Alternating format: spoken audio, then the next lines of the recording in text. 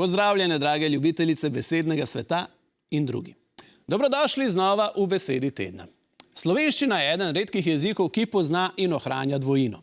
Z dvojino izražamo slovnično število, ki zaznamuje dve stvari in se tudi sklanja na sebi poseben način. Pred kratkim je naš predsednik vlade razkril še eno razsežnost dvojine.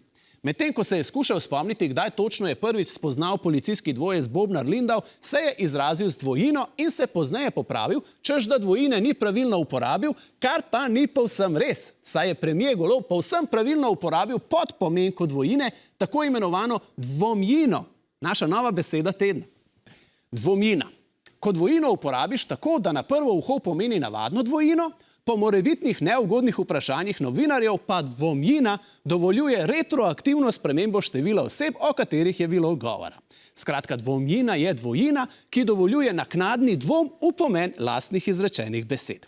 Predvsem v političnem žargonu dvomjina zna priti še kako prav. Manj znano je, da imata podobni podpomenki tudi naša ednina in množina. Ednino dopolnjuje zmednina. Zmednina je slovnično število, ki zaznamuje eno stvar in tako kot dvomjina dovoljuje naknadno spremembo tega števila, pri čemer to spremembo govorec opravičuje svojo zmedenostjo v času dajanja izjave. Množino pa dopolnjuje možnina. Možnina je pogojna množina. Poglejmo primer rabe iz učbenika. Novinar zastavi vprašanje. Izjavili ste, da ste trije namočili prste v marmelado, toda posnetek kaže, da ste bili sami. Zakaj ste govorili v množini? Sogovornik odgovori.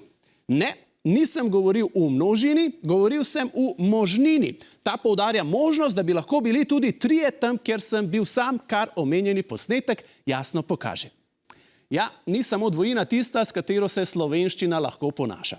Kot vidite, je naš jezik še veliko bolj igriv. Temu pričajo zmednina, možnina in pa še posebej dvomjina, ki je bila naša tokratna beseda tedna.